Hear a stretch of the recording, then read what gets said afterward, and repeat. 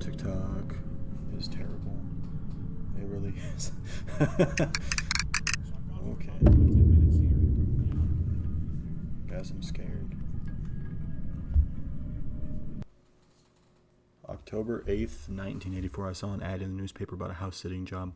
Since I was short on cash, I decided to sign up. I would not do that. Wait, house sitting? Actually, maybe, yeah.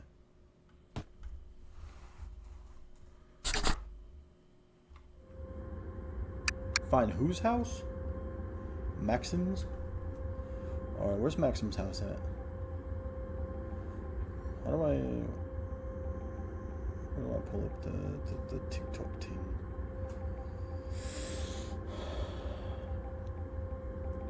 Yeah, I really hate that I can't see TikTok chat.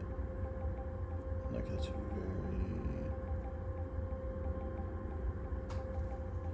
very agitating.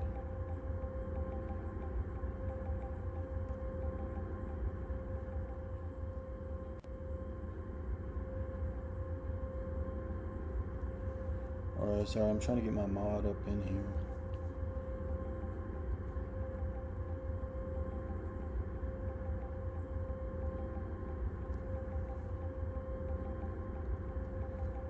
Alright. I sent the summoning pigeon.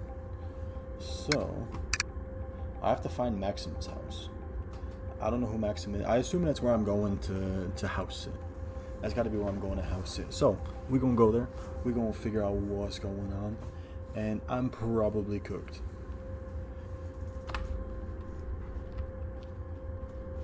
I got to readjust my mouse pane. I apologize. Alright. Find Maxim's house. It's a nice little, why is the cul-de-sac so, like, giant? It's so open. Excuse me, I'm trying to find a house on the street. Could you help me out? Sure, which house are you looking for? I'm looking for Maxim's place. He hired me to look after it while he's away.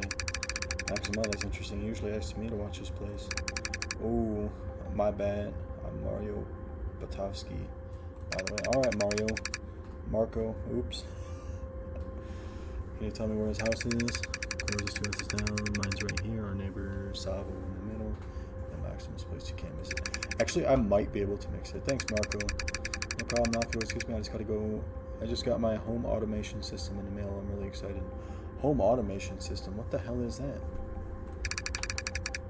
Oh, that sounds interesting. What does it do? Oh, so I have to click continue. That's supposed to make life a whole lot easier, you know? Controlling the lights, temperature, even security system. Pretty cool stuff.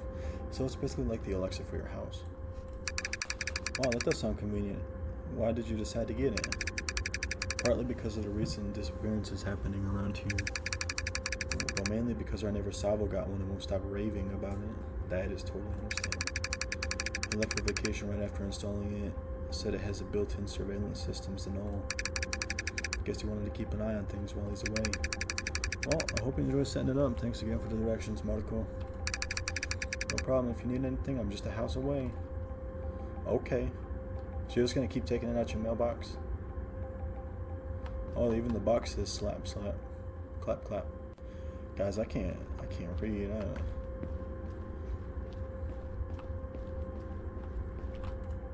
What you got in there, Savo? You got the clap, clap box. Oh, I didn't mean to get that achievement. Clap, clap certified. I'm not gonna lie, I've never played like an indie horror game like this.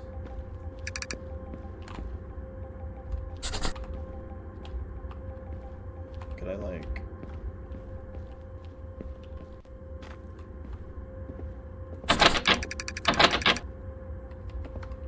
That's kind of weird.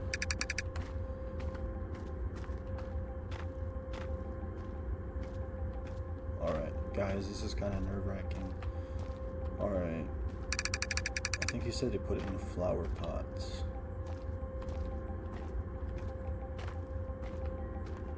Which flower pot? Oh, that one. Can I just break the back down? I love that. I love a little bit of that wind chime action, I'm not gonna lie.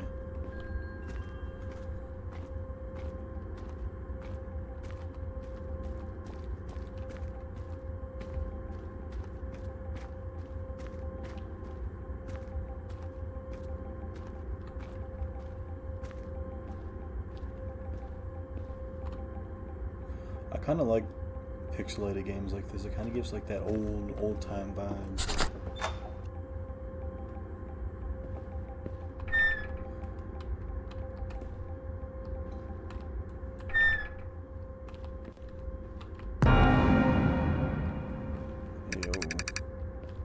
Well, that's welcoming. They did say it was a smart house.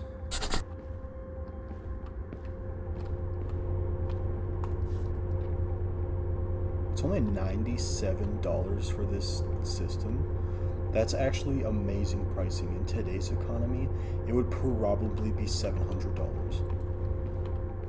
Oh, the front door just closed on its own. That's nice. Can I snoop in his things? How to be a mysterious killer.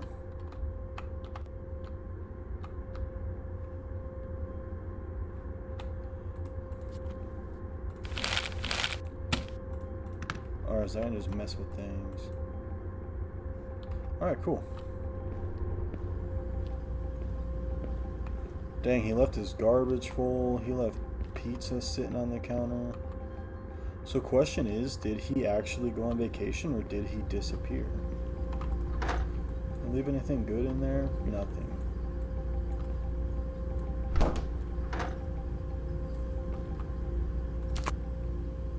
Just steaks and Coke. That's different. Alright, let's read this note. Hey, thanks for house sitting. Please make sure to check the mailbox, water the plants, throw out the trash. P.S. Press Q to toggle the lights off and on in your room. P.S.S. Once you're finished, help yourself to the food in the kitchen. Okay. This seems like pretty standard. I'm gonna go check the mailbox.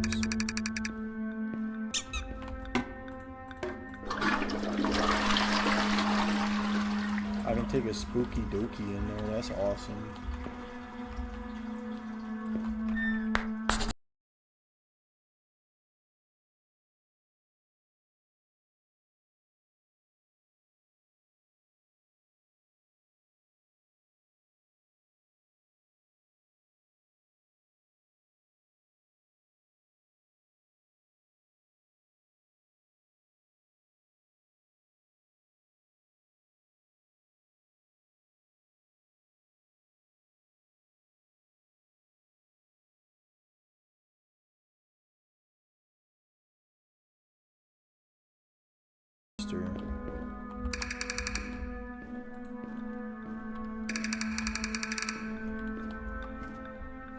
First, I gotta grab the mail. I can't leave that lying around. It's a nice, quiet little neighborhood, too. Kemal Zexon, 2559.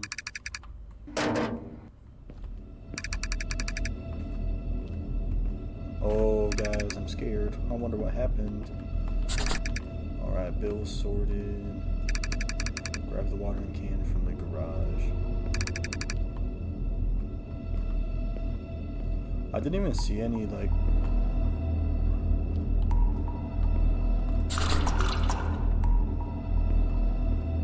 I didn't see any plants in here.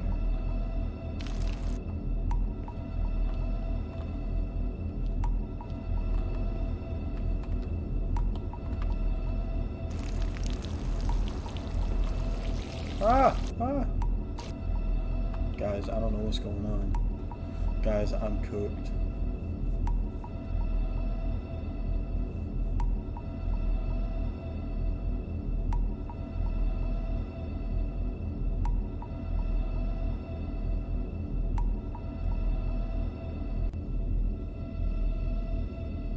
Sorry guys, one sec.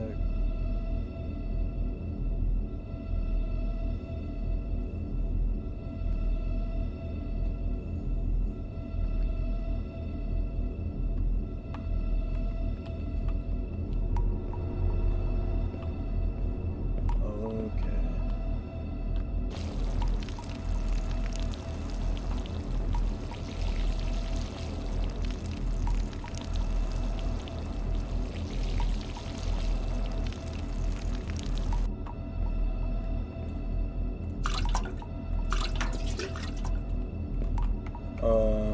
isn't it watering?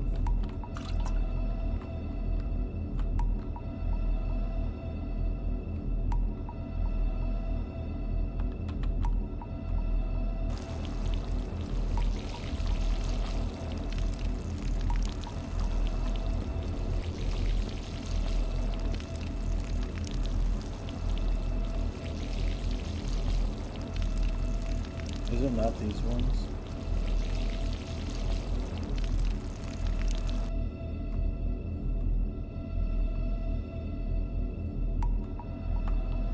Why isn't this working, man?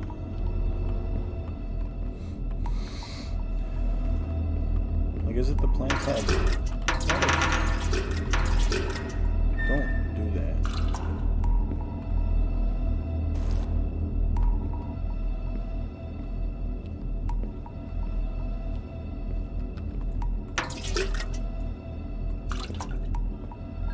Oh, it's those ones. Why doesn't it say the plant's out back?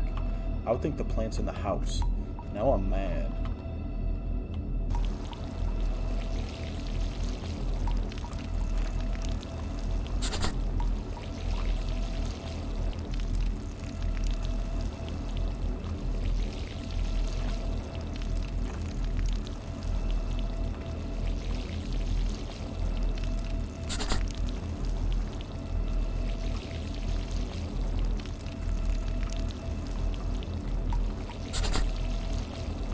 Like, it should say water the garden.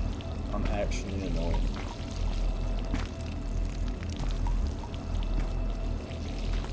Yo, what's that noise? Did anyone else just hear that stepping?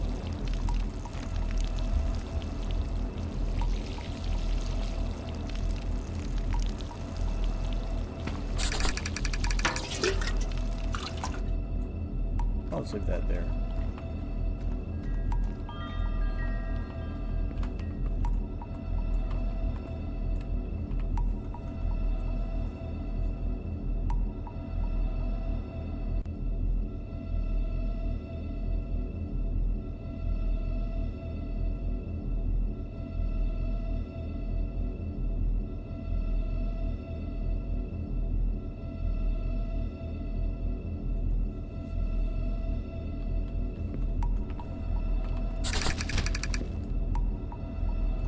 So that one's just gonna stay full.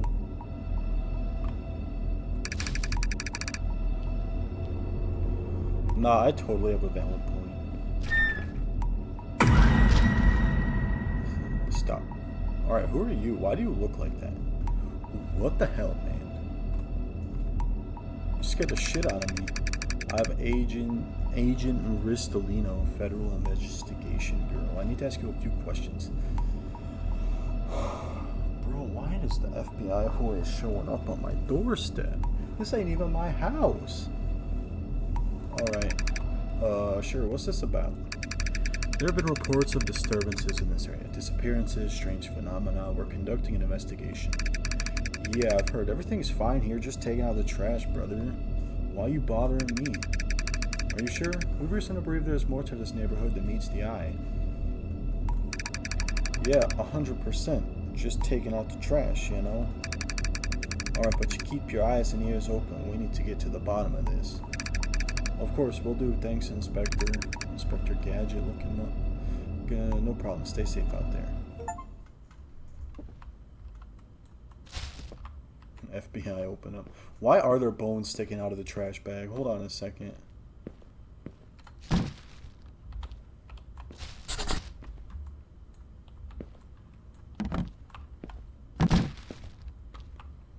Maybe it's best if I don't know the answer, as long as I'm getting paid, you know. Excuse.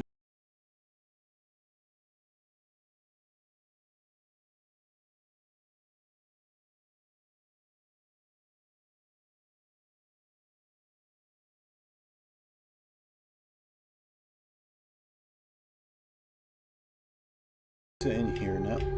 Who set the table?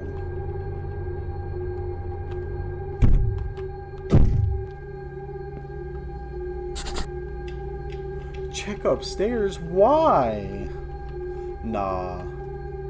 Nah, I ain't checking nothing. Where's the... I want this steak. Give me this steak. It's all gone. Where is everything? Alright, that's still the same.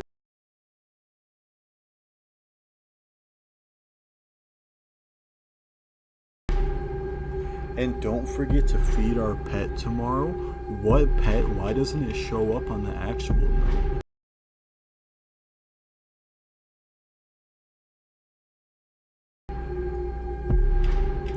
And mop the floors. I think I'll pass. I'm about to pass away in this house.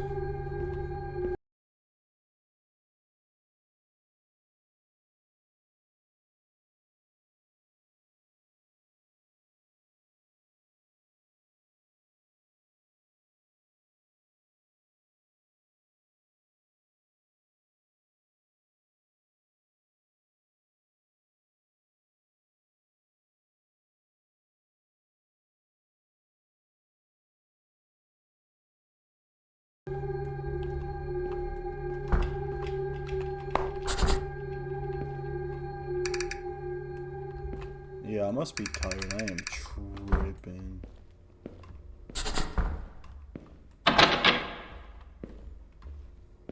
I must be tripping. There's no way.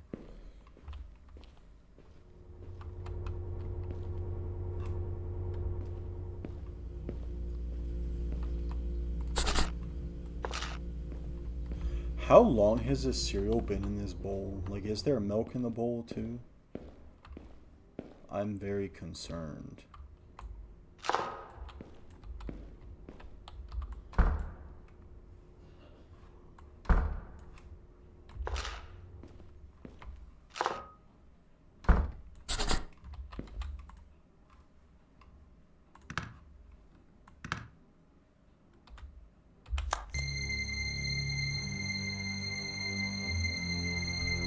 Guys, what movie am I watching?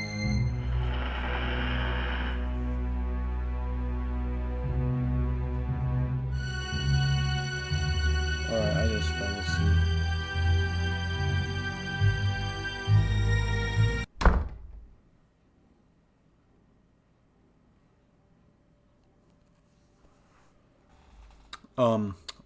What? Where's my TV remote?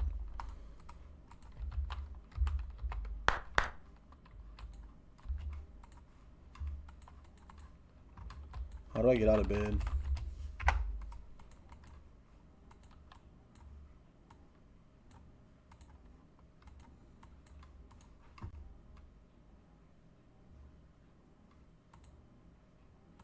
Alright, so it's 2:43 in the morning.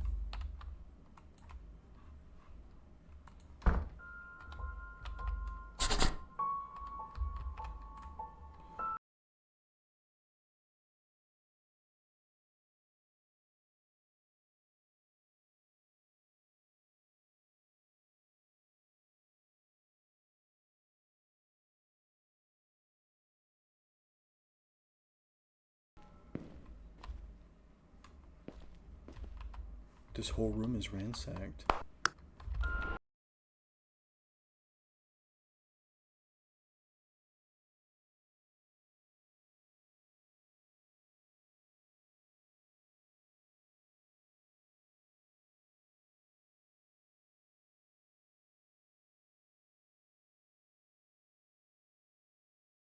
How to get spooktubers to play your game? What?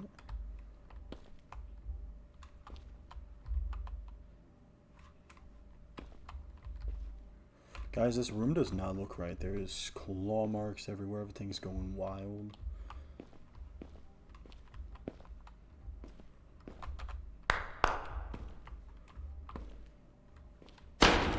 Yo!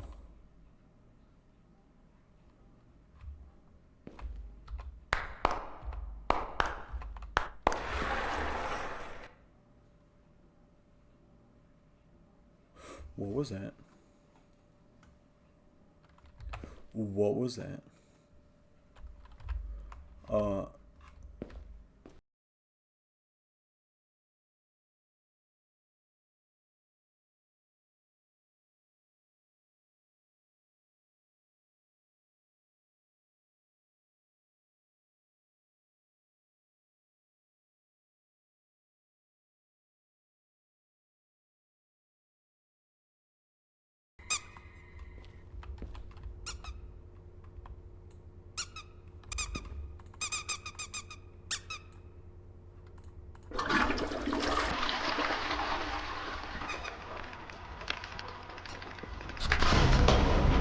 Wait, what is that? What is that?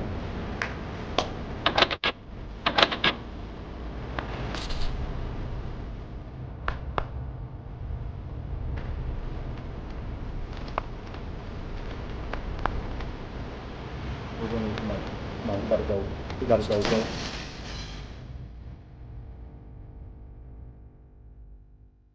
Yo. Yeah, what the hell was that? I need to get as far away from here as possible. I only got paid 10 McNuggets and a large fry for this. This is not enough to deal with. I'm done here. Could have at least thrown a McDouble on there or a McChicken or something, then I'd probably stay. Oh no, the neighbor's dead. Oh no, he's not. No, he's missing. I'm gonna go knock on his... Can I knock on his door to try and get some help?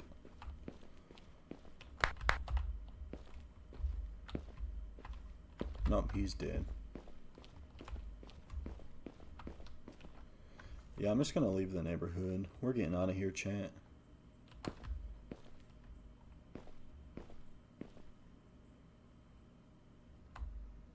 I kept running until I reached the nearest police station.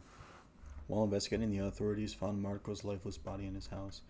Meanwhile, Maxim's remains were found stuffed in a trash bag outside his house. Their neighbor Sabo has disappeared under similar circumstances. His remains have yet to be found.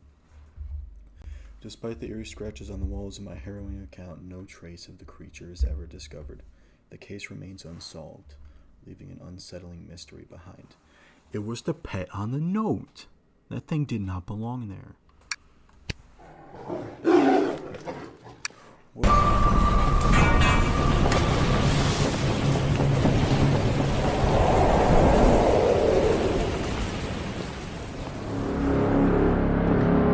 So you hear what the captain said earlier? Rumor has it that we're changing course. So it's not really a sequel, that's cool.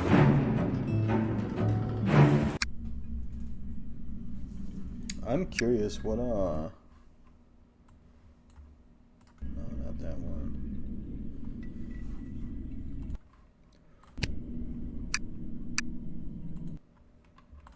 Alright, guys. So now we're switching games.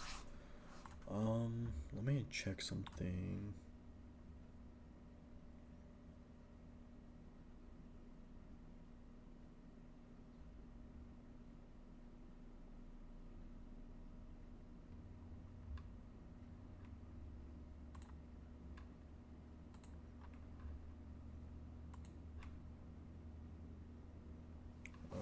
Okay.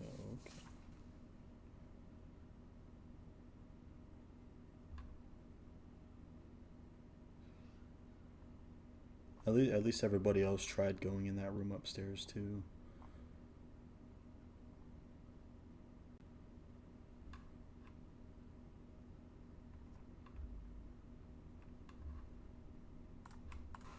Alright, let's see what our next game is.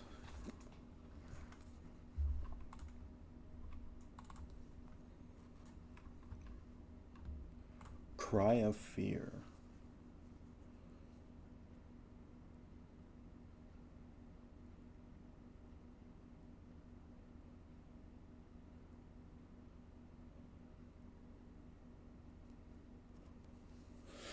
Alright. Sorry, chat. It's kind of warm in here. I'll be right back. I'm gonna...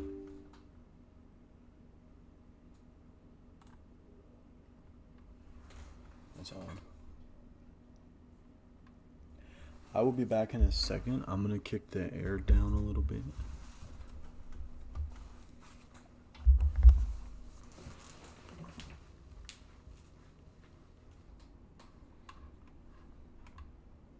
Not another one.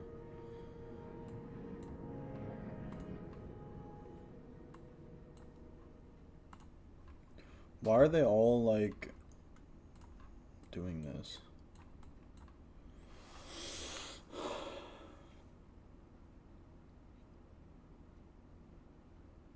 Nothing wants to work today.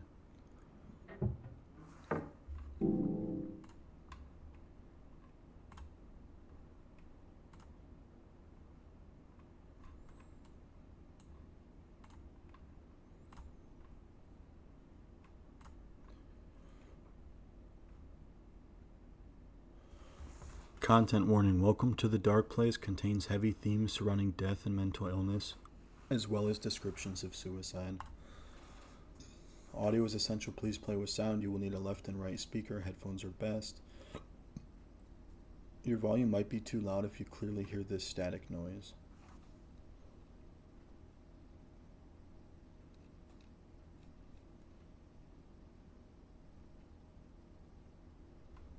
Okay, so now I barely hear the static noise. You guys probably don't.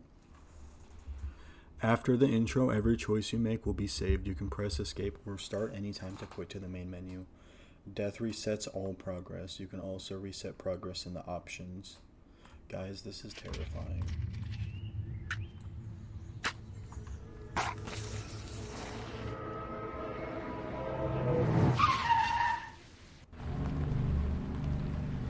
I know it might stop. I stand my ground. It screeches to a halt. Pull out my pocket pistol. I aim at the driver as I walk around his door. His window is already rolled down. He, a burly looking man who looks to be in his 30s, his eyes are darting around and he focuses on me. Tell him to get out. This ride is mine, I say. The man stares and does nothing. I stares back. A grin spreads across his face, but his eyes stay the same. Fire. Oh shit, my gun ain't loaded. Come on, bruh. He opens the car door and slowly gets out of the way until he moves away to a safe distance. Getting quickly, I jump in and shut the door, drive. Press down on the gas and the dark trees outside start whizzing by. Something doesn't feel right. Look at the back seats. There's nothing back there. This car is pristine. Actually, it's probably new. Something still doesn't feel right. Look in the side view mirror. I don't see anything on the road behind me. Turn the mirror. I turn the mirror. Adjust my seat. That's all. I move the seat forward and lean it a little. This is better. Tinker with the radio. I click the radio on and twist dial. Some opera singer. Awkward. Now some silly country music. Gross. I stop at a solemn piano. Ah, classical music. Boring. I twist the dial again. Some experimental rock. Some electronic pop. Not in the mood. I'm not in the mood for rap either. Ugh. Keep looking. Then I find pure static. Watch the road. I lean back and let go of the steering wheel. I just rest my foot on the pedal, watching the road, half eyes open, eyes half open, imagining I'm on the ocean. I drift off. I feel the bright wind and water battering my face. The shore stretches for miles and I'm alone. I jerk away. What was that noise? I'm still on the road. Look up at the sunroof. The sky is dark and clear. I can see some stars. I listen to the static and again I begin to drift off in its waves. I'll go wherever the road takes me. I open my eyes. The low fuel icon is lit up. Already? Curse to myself. There's something in the road. Blink. I blink and my eyes open. A deer is crashing through the front windshield. The airbag goes off and the car swerves into a tree. The deer is spazzing out. Its antlers could kill me. Get out. I fall onto the grass, lying on my back. The deer suddenly freezes and looks at me from inside the car. The deer head turns around and swivels around until it's facing me again and pops its head up onto metal beams, revealing a round, wind up alarm clock. The clock goes off, rattling atop its severed neck. Run away. The deer explodes and the car bursts into flames. I stagger away, standing in the brush off the side of the road. I stumble away in panic. Walking down the road is tough. The grass is tall and wet and the leaves hang low from the trees. Can I make it full screen yet? Nope, not yet. And the leaves hang low from the trees. I stop. In the moonlight, I see something sitting in the tall grass. It's a shiny black sculpture of some kind of bird with its head lifted high. A warm, colorful light emanates. A wind gushes out of somewhere, as if from an open door. I gotta get a closer look.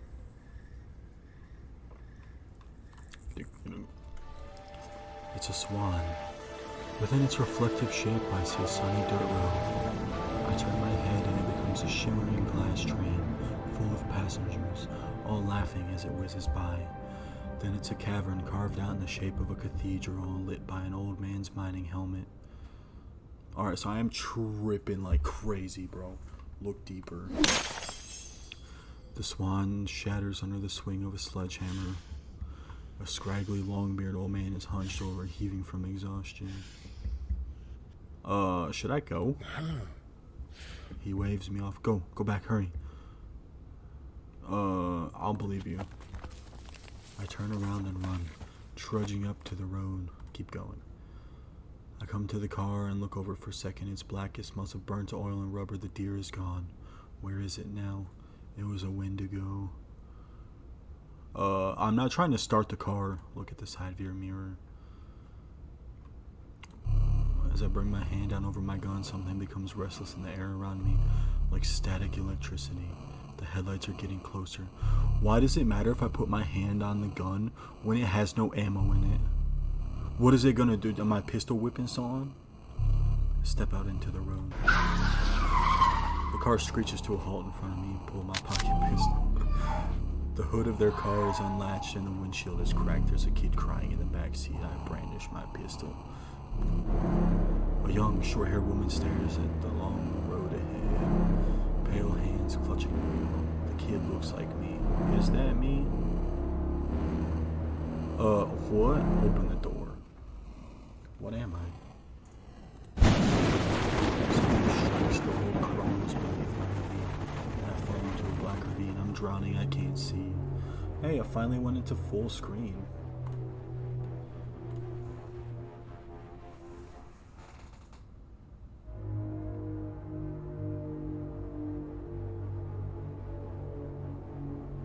What did I say? Ah, shit. All once true is false. Wake up. I pick myself up. The canopy of leaves far above my head shroud the cloudy sky. So it's dimmed down at the forest floor. I've never been here before. Nailed to a tree, there's a small note. Look up. I look above my head through the trees and see a dark cloud moving quickly towards the northwest. Read the note. For fresh strikes. Unfortunately, welcome to the dark place. We all go here. Play by the dark place's 6 rules, or fates worse than death will find you in this nightmare. Guys, what does that mean?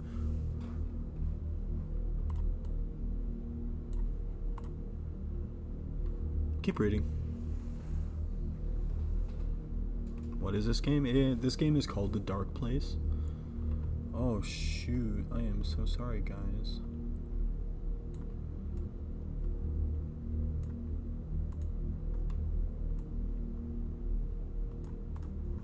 Alright, hopefully that'll help you guys. I know I've been reading out loud, but hopefully that helps you guys a little bit. Alright, the first 3 rules. 3 red blots mark liars. Food means depravity and death. Tellers of time are sped up by... This part of the note has been torn through.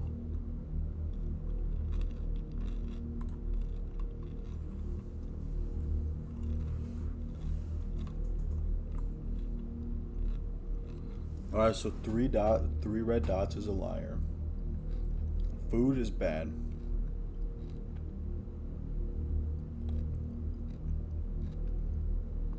Don't listen to the wolf. The train is the only escape. Okay, we'll pick a direction.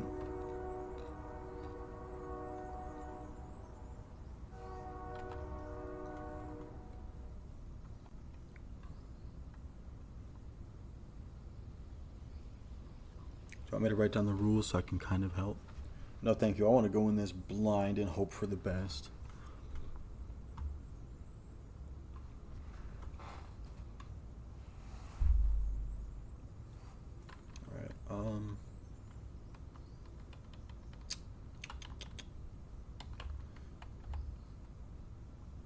It kind of sounded east. Forest, green leaves flutter down from the trees. Maybe I heard it from the south. Fallen tree. A tree fell here. Now it's covered in moss. Go north. Forest, green leaves flutter down from the trees. Go west. This is where I fell from the sky. It's almost as if I haven't gone anywhere. The note is still here. Go elsewhere. Bro, what?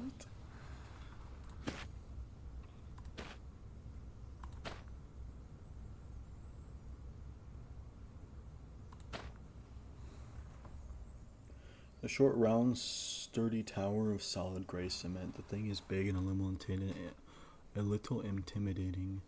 It doesn't care to blend in with the rest of the forest. It seems important. Investigate. West side. I'm at the west side of the big cement tower. There's a small crack in the wall. It's dark inside.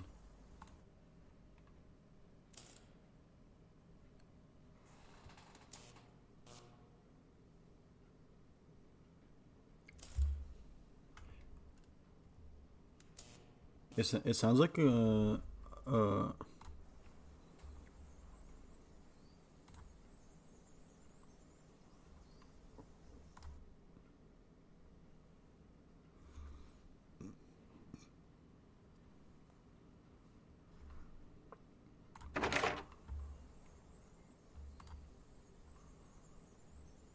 Alright, I'm leaving. To the east, I see a cornfield. I'll go east. To the west, in the trees, I see a big tower of cement. I'm gonna go north. West edge of the cornfield, west edge of the cornfield. Forest. Go east again.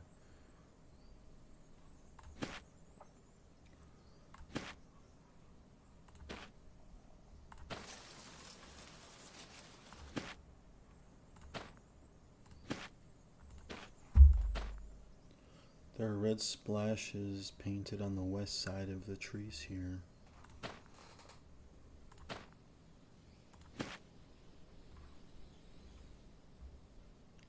The south sides of the trees are slashed with red paint. There's a putrid smell in the air like beef. I smell like beef. Let's go south. A gentle wind blows from the north. Let's go north.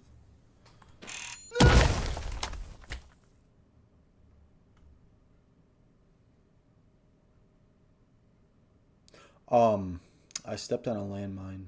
That's crazy.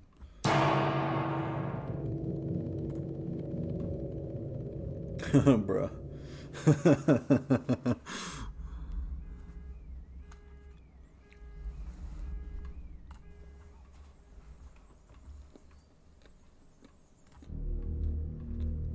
Alright, so I already read this.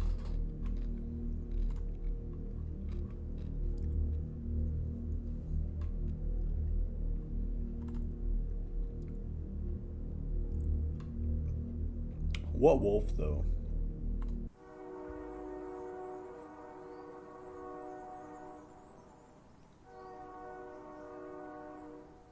See the in my headphones that sounds east.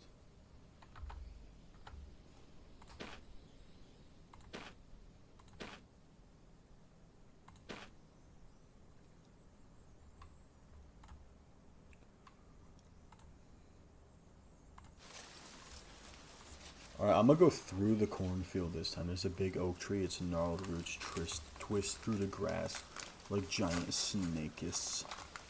The snakes are kind of creepy. I can't see far ahead, can't see far ahead, can't see far ahead. A wall. To the east is the arched tunnel entrance through a big cobblestone wall. On the other side of the tunnel, I see buildings.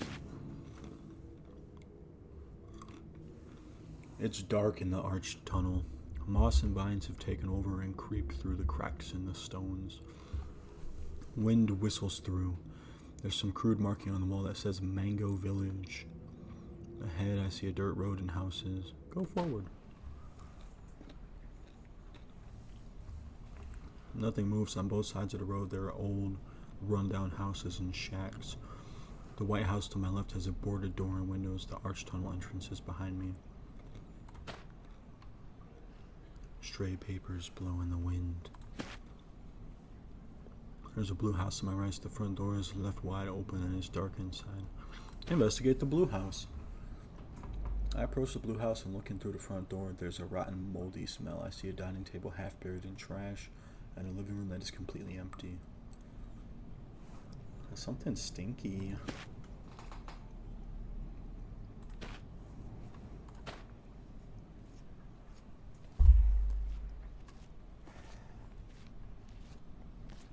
Someone slowly comes around the corner up ahead, walking toward me with a cane. It's an old man in gray attire. Hello. Good day, wanderer, he says with a rich voice. As you can see, there's nothing to see here in Mango. But I'll show you around if you like. But really nothing at all, nothing to see. How did I get here? I ask where I am. He says, oh, don't worry, son. We're all lost here in the dark place. But I'd love to show you around. What do you mean? You're new to the dark place, aren't you? I did hear lightning not long ago. Yes. I see that cloud to the north, northwest. He points behind me.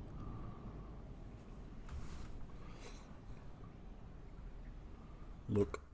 I turn around and over the village wall. To the distant northwestern sky, far away, is a giant, dark storm cloud. Even from here, I can see it writhing. Everyone falls out of the cloud, son. We don't know why, when, where, how. It just happens. Some people fall out of the cloud into unlucky places. It's best to just accept your being here. Now take a walk with me, or don't. I'll walk with you. As I come closer to him, I can better describe his features. He's a little short with a chubby face and brown eyes. I walk beside him farther into the village. My name is Sam. He looks around. Old Mango Village used to be lived in back when I first built it. Any advice for travelers? Oh, well, if you leave here and walk east, you'll find a tower. I heard it was the home of some inventor. What do you do now? Oh, every morning I get up and walk around my old town. Take the old walk I always took and hope and believe one morning they'll all be here to greet me. What happened, bro? I lived in the farthest, quietest corner with my own wife and children. It was a quaint life. Then, you may not believe it, one day I woke up and everyone was gone, as if in the blink of an eye. At crossroads, we turn left, then right, and continue straight on the dirt road. There's some larger buildings here. Somehow it seems to get quieter as we go deeper into Mango Village. Many of these houses were boarded up, just like that white house I saw. It's been a while since I've talked to someone, so has it been for me as well. It's wonderful of you to visit, really, really wonderful. There's my home. He points at a grey house. It is really at the farthest corner of the whole village. Keep with him. The front door to this house is already wide open. He steps inside. I can see that it is entirely empty in there and devoid of furniture or possessions. Guys, should I follow him inside or should I get the frick out of town? Should I just dip or should I follow him?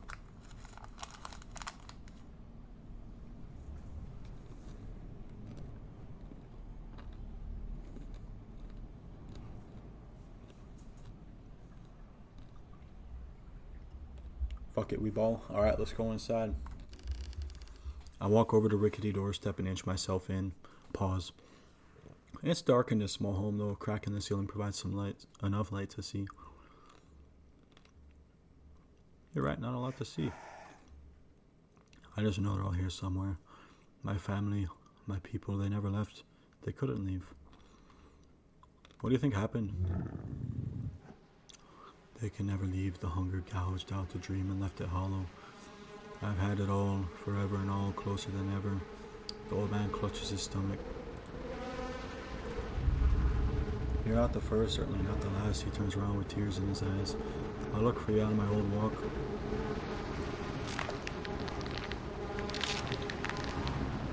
I'm fixed in horror as the old man's grin reaches up above his eyes and stretches his face so that it starts to rip, bearing blood and bones, and his thin arms and legs stretch back like a grasshopper. I can't look away.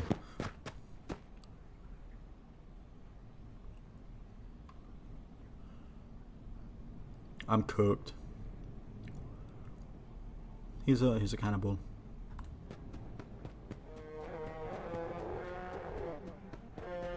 Oh shit.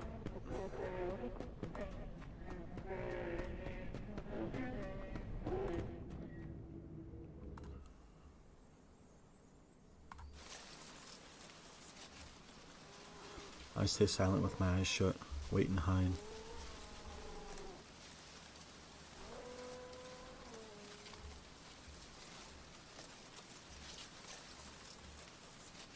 I rise up onto my feet. I can't see the old man, but I don't know if he's left.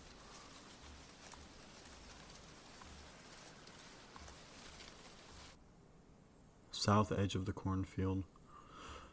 Abyss, you got me almost 8 up, bro.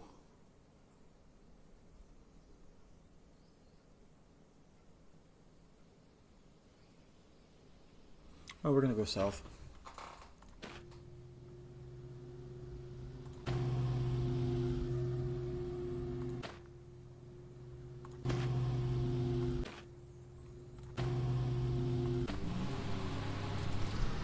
A man struggles through the dense forest with a tiny lawnmower. Watching. The man's wearing a plastic bath wrap on his head along with overalls and a leather jacket. He yanks the handle of the small lawnmower up and down as he goes across the rough forest floor, trying to get over some rocks hidden in the grass. Excuse me. Over a divot in the soil. Why are you doing that out here, bro? He surprisingly gets the lawnmower over the divot, moving east away from me. Then it quits on me and lashes the cord ferociously. I wish he would yank my cord, pause. His whole body's shoving back and forth. I don't know how it doesn't break his back. Hey! He turns to me. Hey, Sonny, what are you doing out here? I'm looking for a way out. His face contorts at the idea.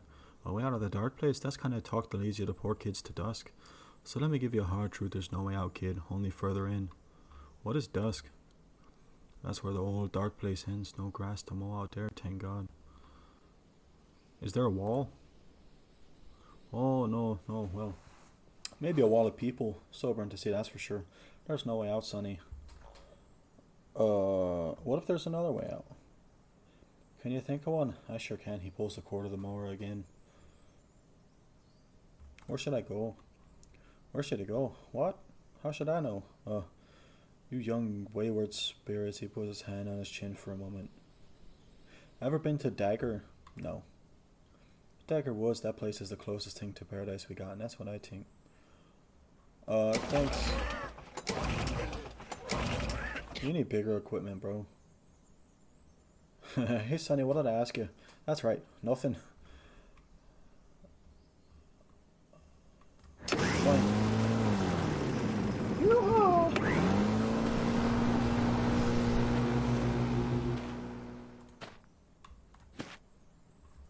There's a telephone pole covered in posters. The ground all around the pole is piled with crumpled papers of faded faces. Oh, man. A dirt path leads east and west. Oh, we'll go east. I'll keep going east. Dirt path leads west and east. West and north. North. North and south. North and south. North and south. A dirt path leads to the south. To the north, the path ends suddenly in a mailbox. Stumble upon a black mailbox, alone out here in the woods with no house and no address. The flag is lowered. On one side there are 3 splotches of red. Go elsewhere. No 3 splotches, that's the bad people. That's the liars. We're gonna go south this time.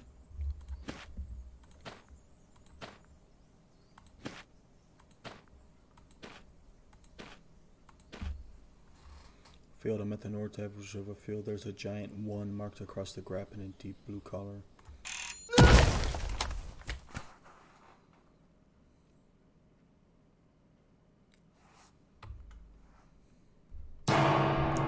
Alright guys, we're gonna switch up games.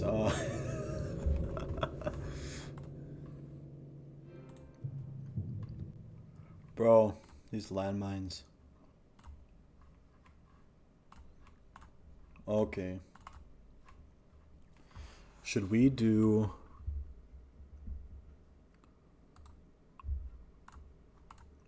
I'm not even going to play more of that one because I know I'm going to keep hitting the fucking landmines. Should we do Dagon, Blameless, or Backrooms Found Footage? Or there was a water park simulator Halloween update, but that's not really the horror game vibe, so we got Backrooms, Blameless, and Dagon. What do you guys fancy? Dagon is going to be Lovecraftian and shit. What does that mean?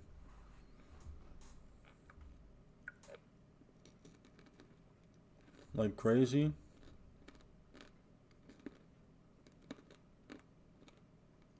H.P. Lovecraft? I don't know.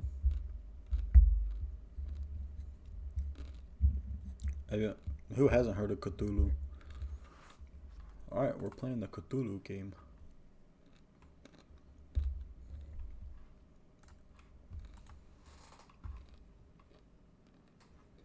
That's also Lovecraftian. Oh. Alright.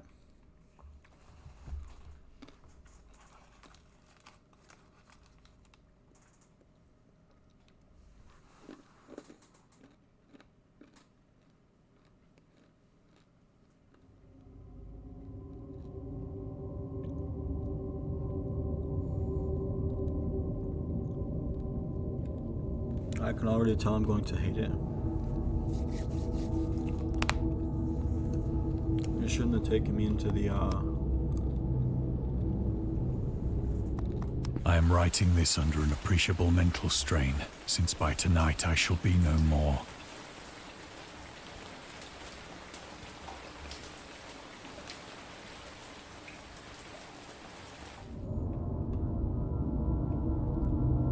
Interactive elements, some of them will allow you to continue your journey. Others will reveal interesting facts about the original short story, its historical background, and the author.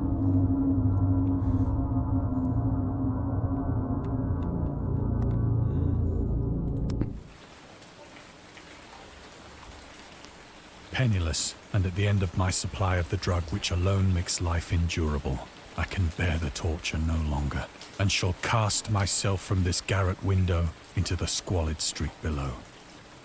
Did bro just say he's relying on drugs to be happy?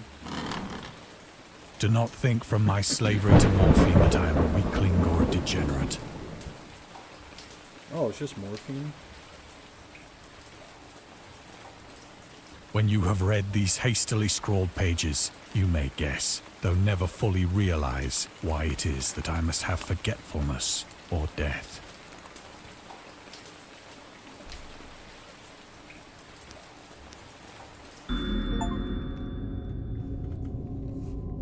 Oh. Morphine entered into use in the 19th century and was routinely administered to treat severe pain during the American Civil War.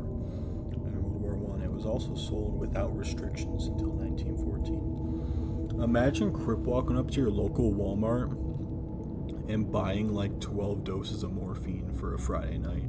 That's crazy, bro. Morphine became more popular after the invention of the hypodermic syringe around 1854. Friedrich Serturner, who first isolated the substance originally named it morphium, after Morpheus, the Greek god associated with dreams. At the time when Dagon was published, morphine abuse, known as soldier's disease, already posed a big problem in the United States.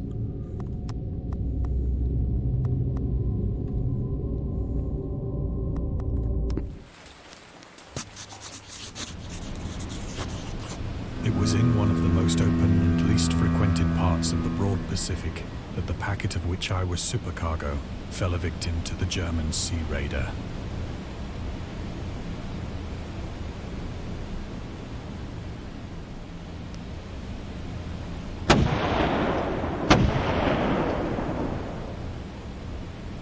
The Great War was then at its very beginning. Sorry, guys.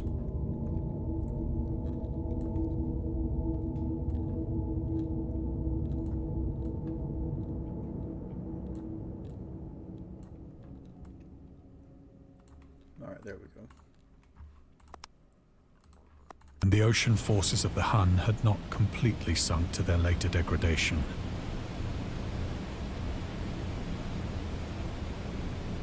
So that our vessel was made a legitimate prize, whilst we of her crew were treated with all the fairness and consideration due us as naval prisoners.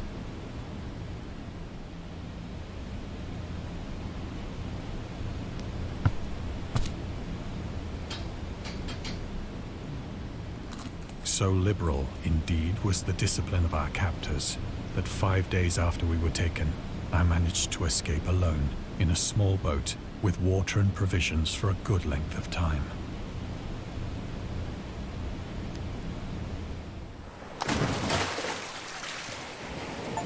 When I finally found myself adrift and free, I had but little idea of my surroundings.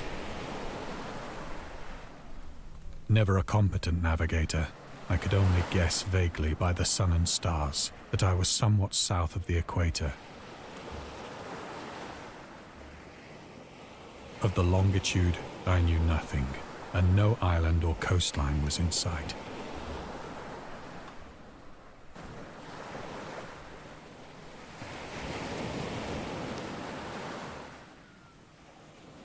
The weather kept fair, and for uncounted days I drifted aimlessly beneath the scorching sun, waiting either for some passing ship or to be cast on the shores of some habitable land.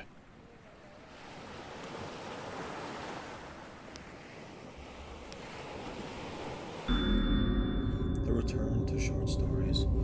Dagon was written in July 1917 and first published in 1919 in The Vagrant, an amateur magazine focused on the supernatural. The story is the first of his stories that introduced an element from the Cthulhu mythos.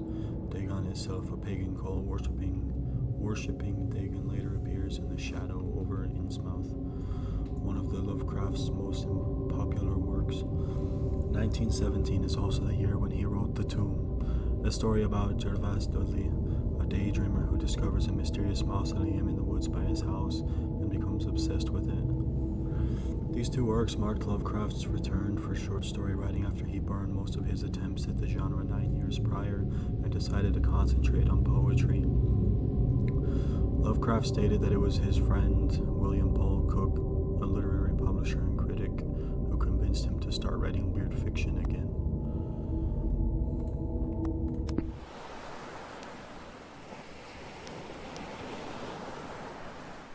But neither ship nor land appeared, and I began to despair in my solitude upon the heaving vastness of unbroken blue.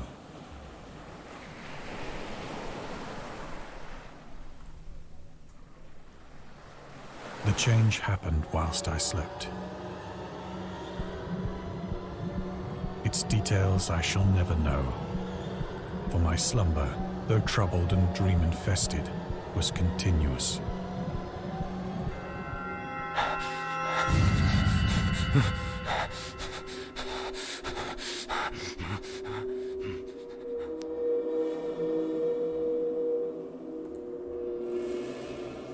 When at last I awoke, it was to discover myself half sucked into a slimy expanse of hellish black mire, which extended about me in monotonous undulations as far as I could see, and in which my boat lay grounded some distance away. Kinda sus looking, all them tentacles. Though one might well imagine that my first sensation would be of wonder at so prodigious and unexpected a transformation of scenery, I was in reality more horrified than astonished.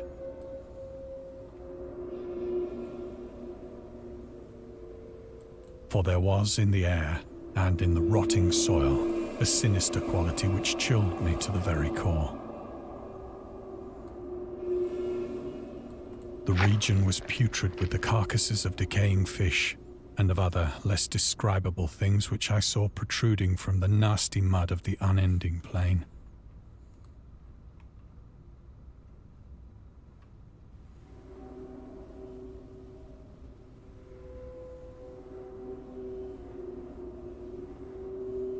Perhaps I should not hope to convey in mere words the unutterable hideousness that can dwell in absolute silence and barren immensity. There was nothing within hearing and nothing in sight save a vast reach of black slime.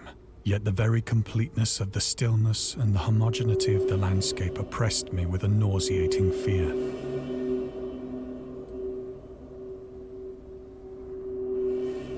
I know Abyss is loving this game. Oh, what the hell is that thing? The sun was blazing down from a sky which seemed to me almost black in its cloudless cruelty, as though reflecting the inky marsh beneath my feet.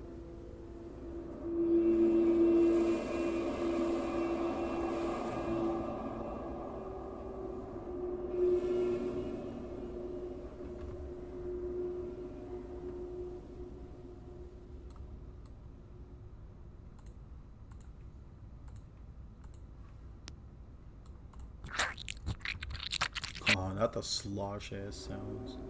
As I crawled into the stranded boat, I realized that only one theory could explain my position. What the hell is that? What's that big ass thing out there? Through some unprecedented volcanic upheaval, a portion of the ocean floor must have been thrown to the surface, exposing regions for which innumerable millions of years had lain hidden under unfathomable watery depths. So great was the extent of the new land which had risen beneath me that I could not detect the faintest noise of the surging ocean, straining my ears as I might. Nor were there any seafowl to prey upon the dead things.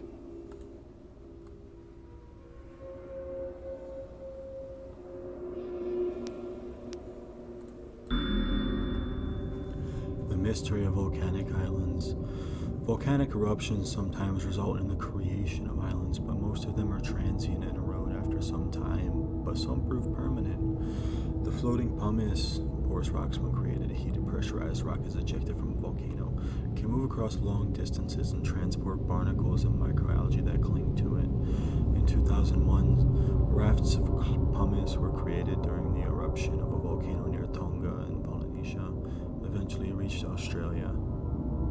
That's a pretty far distance.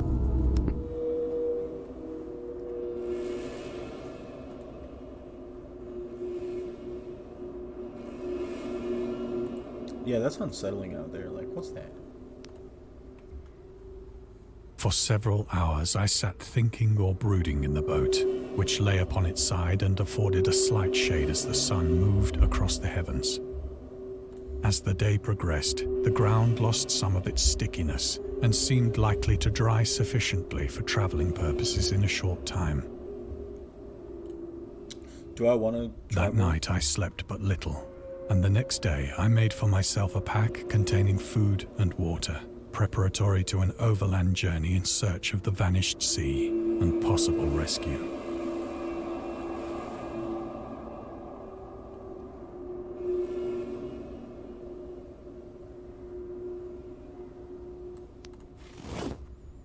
On the third morning, I found the soil dry enough to walk upon with ease. 3 days out here? That's crazy. The odor of the fish was maddening, but I was too much concerned with graver things to mind so slight an evil, and set out boldly for an unknown goal.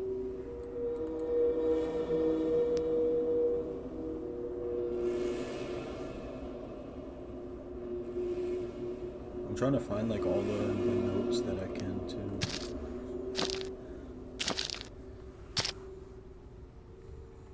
All day I forged steadily westward, guided by a faraway hummock which rose higher than any other elevation on the rolling desert.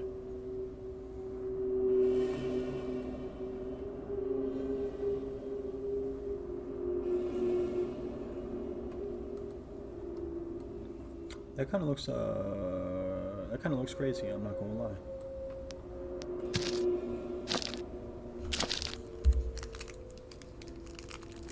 Is that a whole whale, bro?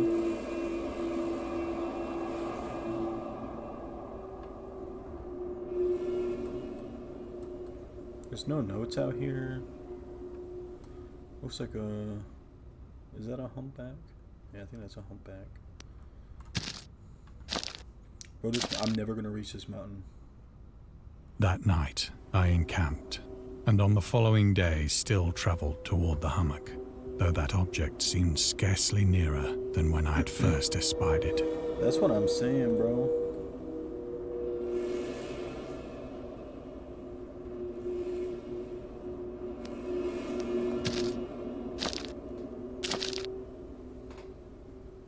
Alright. By the fourth evening, I attained the base of the mound, which turned out to be much higher than it had appeared from a distance. That's how... An intervening valley setting it out in sharper relief from the general surface.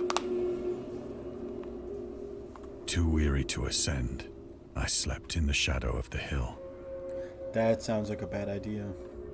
I know not why my dreams were so wild that night, but ere the waning and fantastically gibbous moon had risen far above the eastern plain, I was awake in a cold perspiration, determined to sleep no more. Such visions as I had experienced were too much for me to endure again. And in the glow of the moon I saw how unwise I had been to travel by day. Without the glare of the parching sun, my journey would have cost me less energy,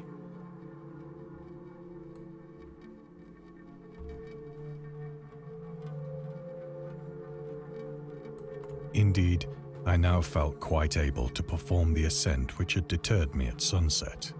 This doesn't seem like a good idea, Picking up brother. my pack, I started for the crest of the eminence.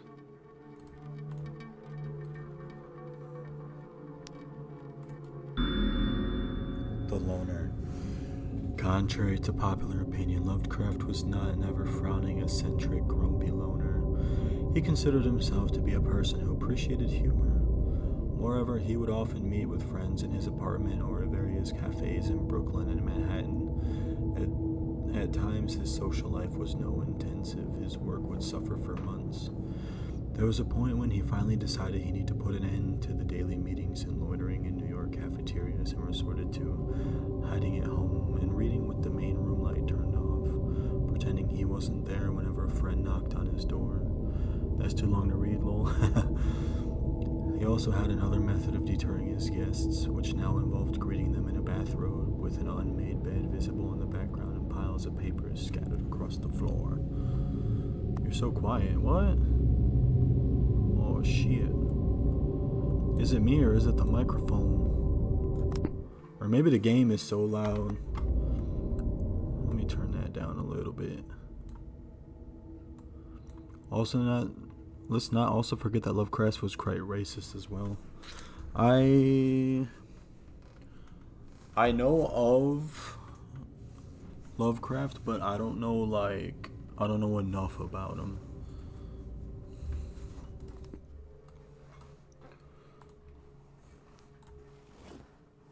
I have said that the unbroken monotony of the rolling plain was a source of vague horror to me.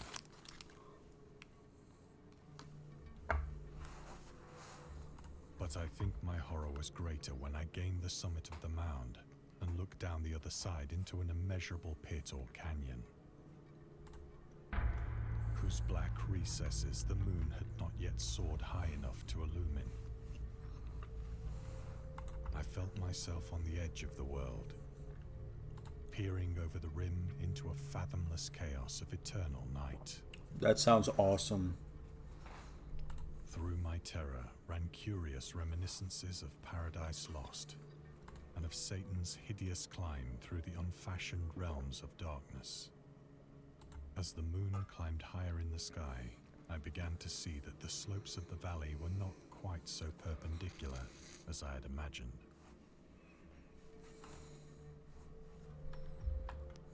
Ledges and outcroppings of rock afforded fairly easy footholds for a descent.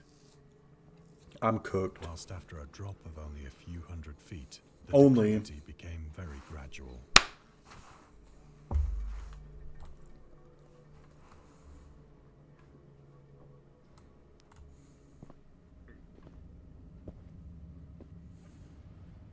Urged on by an impulse which I cannot definitely analyze, I scrambled with difficulty down the rocks and stood on the gentler slope beneath. What's that? Gazing into the Stygian deeps, where no light had yet penetrated. He said penetrated. All at once, my attention was captured by a vast and singular object on the opposite slope, which rose steeply about 100 yards ahead of me. An object that gleamed whitely in the newly bestowed rays of the ascending moon.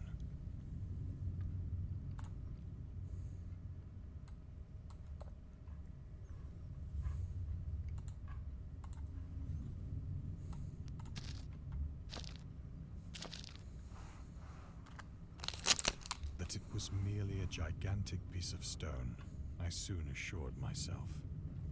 Understandable reason of assurance. But I was conscious of a distinct impression that its contour and position were not altogether the work of nature.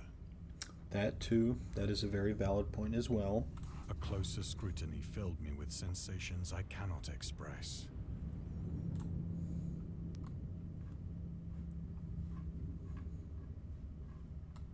For despite its enormous magnitude, and its position in an abyss which had yawned at the bottom of the sea since the world was young,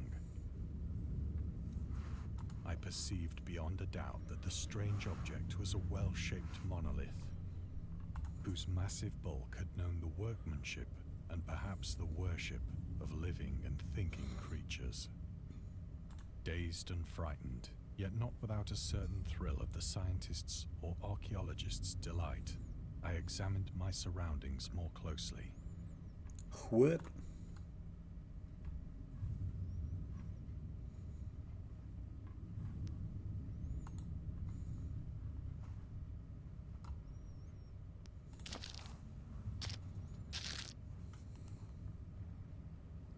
The moon, now near the zenith, shone weirdly and vividly above the towering steeps that hemmed in the chasm.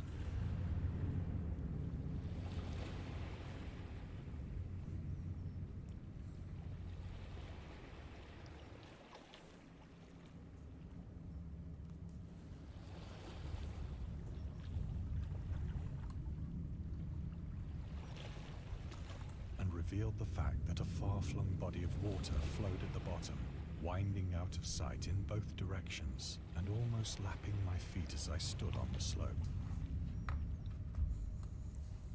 Across the chasm, the wavelets washed the base of the Cyclopean monolith, on whose surface I could now trace both inscriptions and crude sculptures.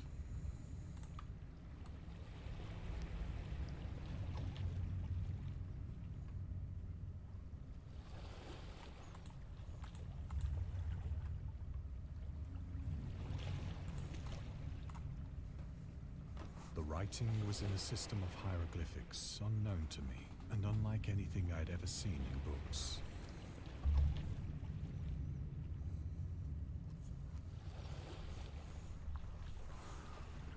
Oh, that's cool. Consisting for the most part of conventionalized aquatic symbols such as fishes, eels, octopi, crustaceans, mollusks, whales, and the like. I see seahorsey. Several characters obviously represented marine things which are unknown to the modern world, but whose decomposing forms I had observed on the ocean-risen plain.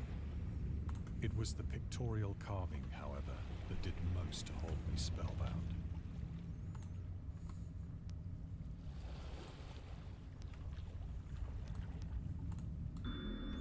Storytelling methods. Dagon contains many themes and storytelling methods that Lovecraft developed in his later works, such as telling the story through carvings at the Mountains of Madness, the Nameless City, journals and characters' notes, the Shadow of Them, the Hunter of the Dark, islands emerging from the ocean, the Call of Cthulhu. I think that's what I've heard of from Lovecraft, was the Call of Cthulhu. I don't think I read it, but I've heard of that one. Or fictional beings and deities based on real events and mythologies, Migo and the Whisperer of Darkness. It's also considered the origin of the most popular Cthulhu mythos. I don't know why I put an I in there. Some of Lovecraft's other stories also conclude in a manner similar to Dagon, but let's skip the details in order not to spoil the ending. What? Plainly visible across the intervening water on account of their enormous size were an array of bas-reliefs whose subjects would have excited the envy of a doré. What's a doré? Like a door? A French door? At the Mountains of Madness, Dagon, Call of Cthulhu, and the Shadow over Ismouth are all fantastic. I think that these things were supposed to depict men, at least a certain sort of men, though the creatures were shown disporting like fishes in the waters of some marine grotto, or paying homage at some monolithic shrine which appeared to be... It's this one, bro. As well. It's this shrine that we're looking at right now. Of their faces and forms I dare not speak in detail, for the mere remembrance makes me grow faint. Grotesque beyond the imagination of a Poe or a Bulwer. They were damnably human in general outline, despite webbed hands and feet, shockingly wide and flabby lips. Pause. Why is he talking about they flabby lips? That's kind of crazy.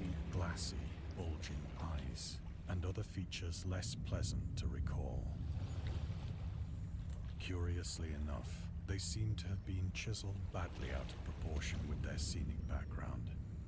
For one of the creatures was shown in the act of killing a whale, represented as but little larger than himself. I remarked, As I say, their grotesqueness and strange size, but in a moment decided that they were merely the They're all imaginary fish people, gods of some basically. primitive fishing or That's what I am. seafaring tribe. Some tribe whose last descendant had perished eras before the first ancestor of the Piltdown or Neanderthal man was born.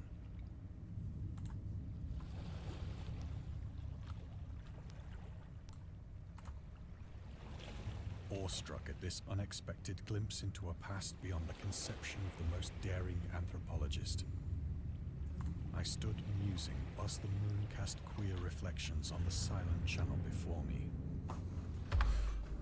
Can he say that on stream? Since he's reading?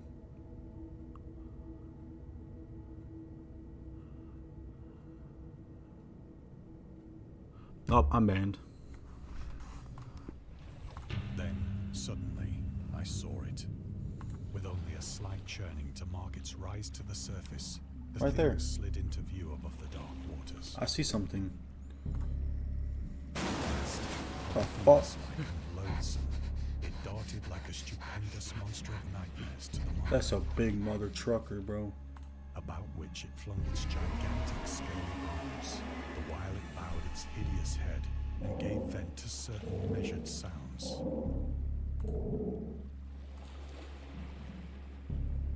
I think I went mad then. Of my frantic ascent of the slope and cliff, and of my delirious journey back to the stranded boat, I remember little.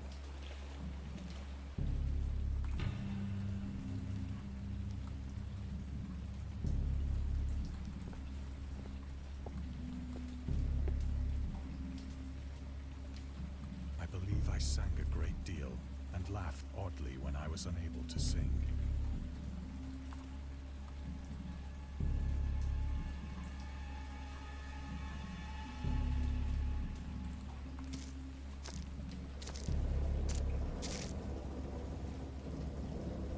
I have indistinct recollections of a great storm sometime after I reached the boat.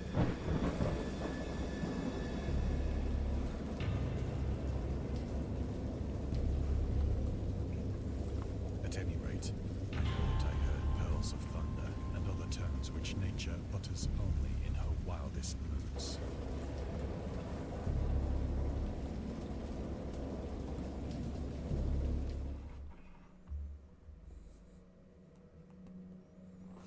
When I came out of the shadows, I was in a San Francisco hospital. Brought thither by the captain of the American ship which had picked up my boat in mid-ocean. In my delirium, I had said much, but found that my words had been given scant attention. Of any land upheaval in the Pacific, my rescuers knew nothing. Nor did I deem it necessary to insist upon a thing which I knew they could not believe.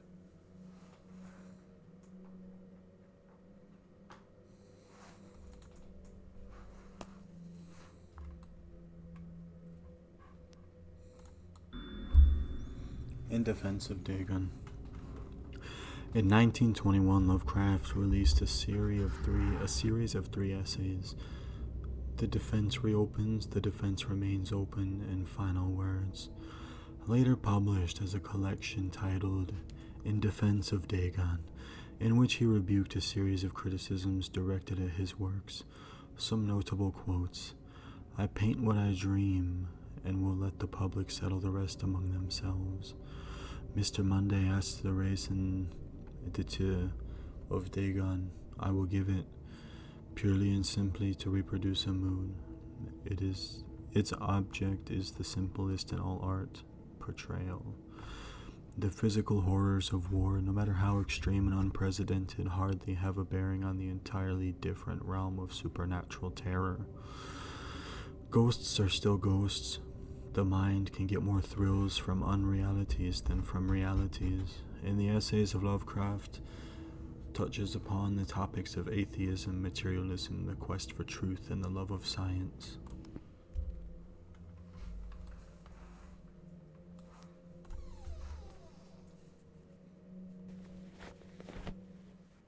Once I sought out a celebrated ethnologist. anthology. and amused him with peculiar questions regarding the ancient Philistine legend of Dagon, the fish god.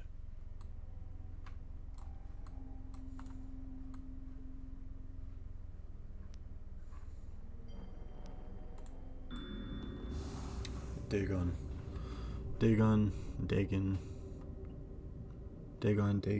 I guess, was the main deity of the Philistines, worshipped throughout the Middle East as the ancient god of fertility and crops. In Hebrew, the word Dagon was a common noun for grain. The rulers of Akkad, Mesopotamia, chose him as the patron saint of their war conquests. He also appeared as the judge of the dead in an Assyrian poem and an underworld prison warder in one of the Babylonian texts. He is often mistaken for the fish god due to the wrong interpretation of his name. As in Hebrew, the word dag means fish. In H.P. Lovecraft's work, Dagon is an underwater deity ruling over the deep ones, a humanoid race with fish traits that reside in the oceans. He is worshipped by a secret called the Esoteric Order of Dagon. Huh, interesting.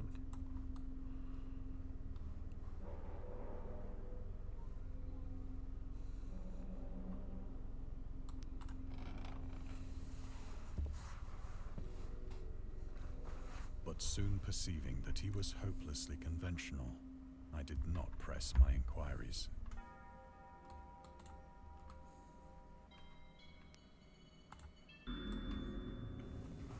August Derleth and the Cthulhu Mythos. August Derleth was an American writer and anthologist. He also befriended Lovecraft and published many of his works through his company, Arkham House. Although he greatly contributed to the popularization of the author's works after his death, he is surrounded by numerous controversies. One of his most questionable decisions involved introducing the good versus evil doctrine. Derleth was a devout Catholic to the Cthulhu mythos, which contrasted with Lovecraft's view of the world and his approach to cosmic horror. As a result, the author's works are often misunderstood and misinterpreted in today's culture.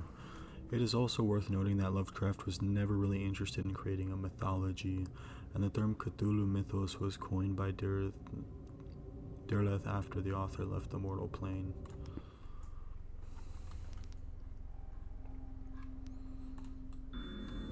The Marketer. Lovecraft's attempts to find a job in 1925 were influenced by advice he received from friends. Amongst others, he started freelancing for Marketing Magazine, where he could write announcements and commercials. Feel free to judge his copywriting skills for yourself. From an ad for Curtis Woodwork. Curtis Woodwork embraces the most unusual structure. Guys, I'm so tired I can't read. Curtis Woodwork embraces both the usual structural units and the cleverest controversies of built-in or personal furniture, such as bookcases, dresser, buffets, cupboards. Every model is conceived and created with the purest art, ripest scholarship, and the mellowest craftsmanship which eccentric enterprise can command, and made to conform rigidly to the architecture of each particular type of home. The cost, considering the quality, is amazingly low, and a trademark on the individual pieces prevents a substitution by careless contractors. That's actually very good wording. That is a great advertisement.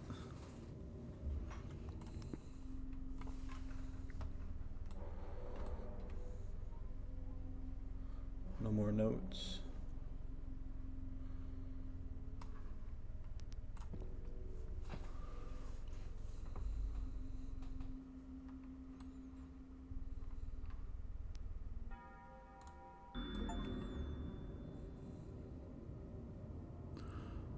I've only found half of the trivia pieces. How long is this game?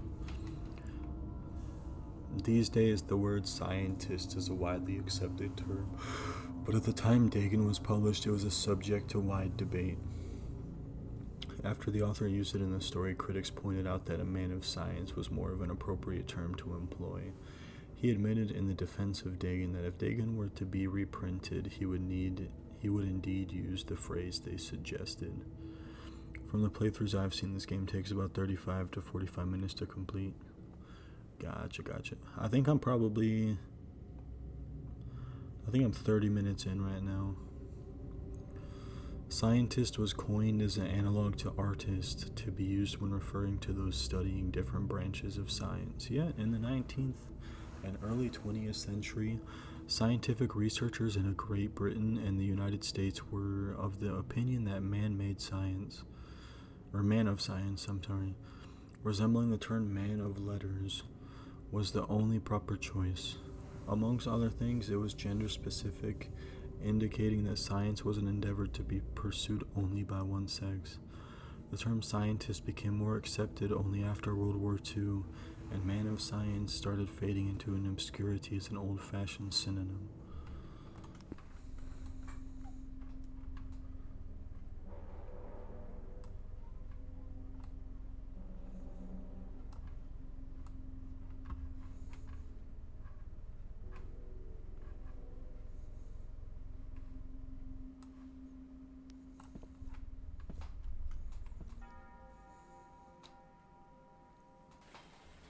It is at night, especially when the moon is gibbous and waning, that I see the thing. I tried morphine, but the drug has given only transient surcease and has drawn me into its clutches as a hopeless slave. So now I am to end it all, having written a full account for the information or the contemptuous amusement of my fellow men.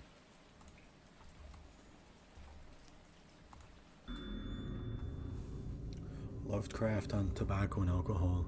Lovecraft hated tobacco, even though he used it to smoke when he was 12 in order to look and feel like an adult. In his correspondence with friend Reinhard Kleiner, he seems that he quit as soon as he started wearing long pants. He also had a very strong opinion about alcohol, as evidenced by his letter to Zelia Brown dated 13th of February 1928. As for the matter of drinking, I have never tasted intoxicating liquor and never intend to. Having a strong aesthetic disgust at anything which blunts or coarsens the delicate, natural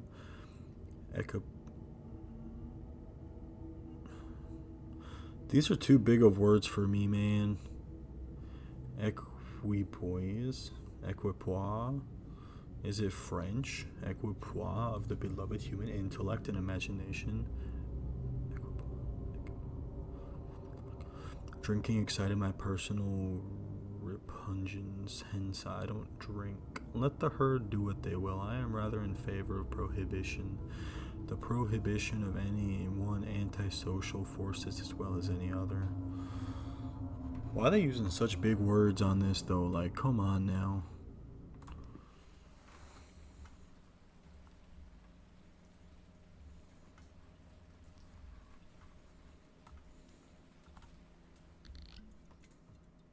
Often, I ask myself if it could not all have been a pure phantasm.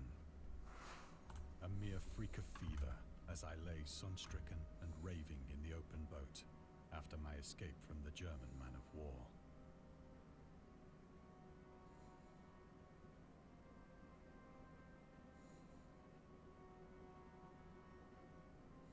This I ask myself, but ever does there come before me a hideously vivid vision in reply.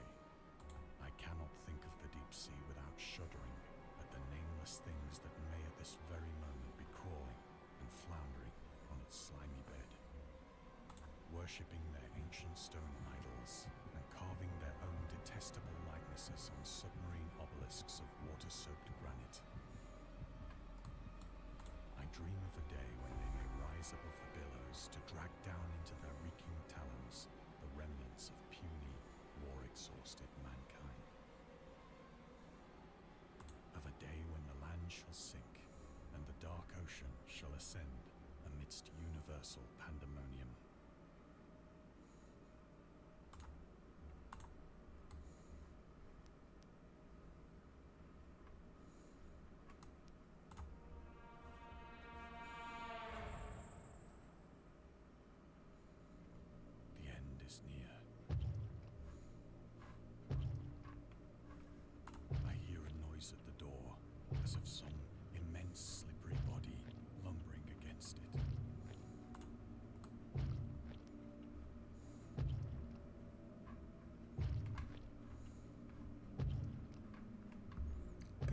gotta check for more notes. I want notes.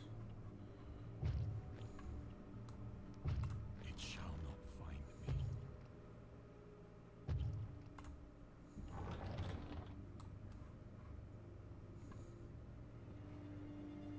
God, that hand.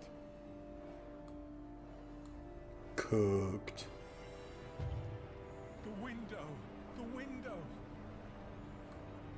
But I want to see it.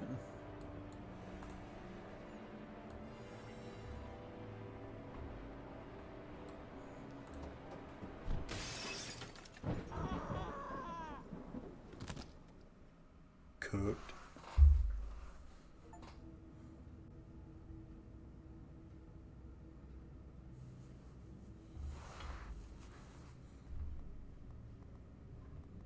All right. That was a cool little story arc.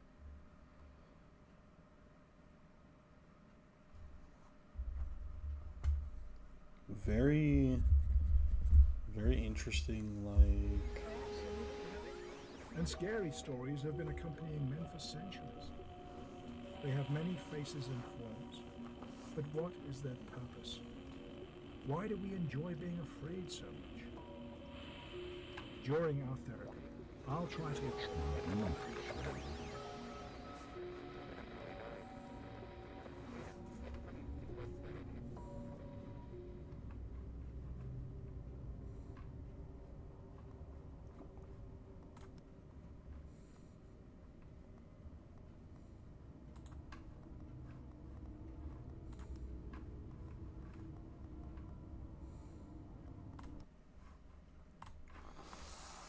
All right.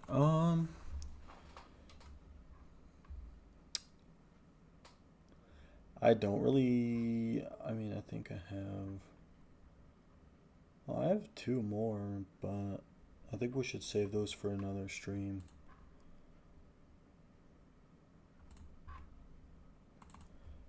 Yeah, I want to save those for another stream.